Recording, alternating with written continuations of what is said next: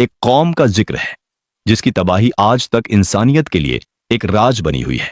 یاجوج اور ماجوج وہ قوم ہے جن کی دہشت سے زمین کانپ اٹھتی تھی، جنہیں دنیا گوگ اور ماگوگ کے نام سے بھی جانتی ہے۔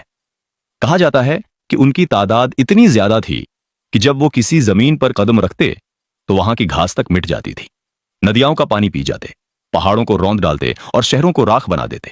نہ رحم، نہ شفقت، نہ انسانیت، بس ایک ہی مقصد، تباہی اور بربادی۔ ایک وقت ایسا آیا جب لوگوں نے اللہ سے رو رو کر دعا کی، اے ہمارے رب، ہمیں ان سے نجات دلا، ان درندوں سے ہمیں بچا لے۔ تب اللہ نے اپنی رحمت سے ایک نیک اور طاقتور بادشاہ کو اٹھایا جس کا نام تھا ذوالقرنین۔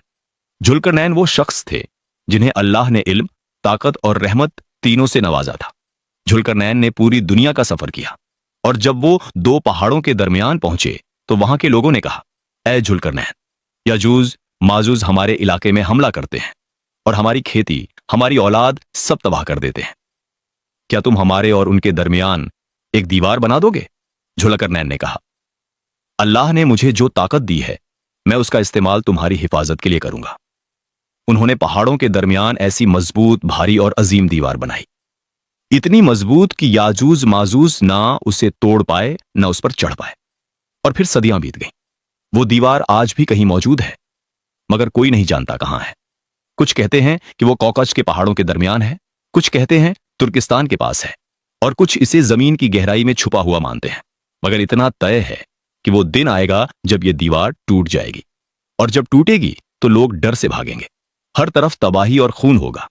پھر حضرت عیسیٰ علیہ السلام آئیں گے اور اپنے ساتھیوں کے ساتھ پہاڑوں پر پناہ لیں گے اور اللہ سے دعا کریں گے۔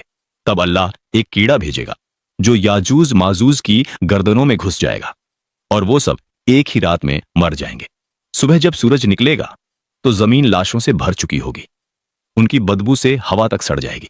تب اللہ پرندوں کو بھیجے گا جو ان کی لاشوں کو اٹھا لے جائیں گے۔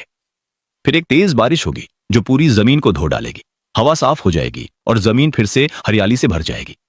یاجوج ماجوج کا یہ واقعہ قیامت کی بڑی نشانیوں میں سے ایک ہے، اور یہ یاد دلاتا ہے کہ چاہے کوئی کتنا ہی طاقتور کیوں نہ ہو، اللہ کی قدرت کے آگے سب کمزور ہیں۔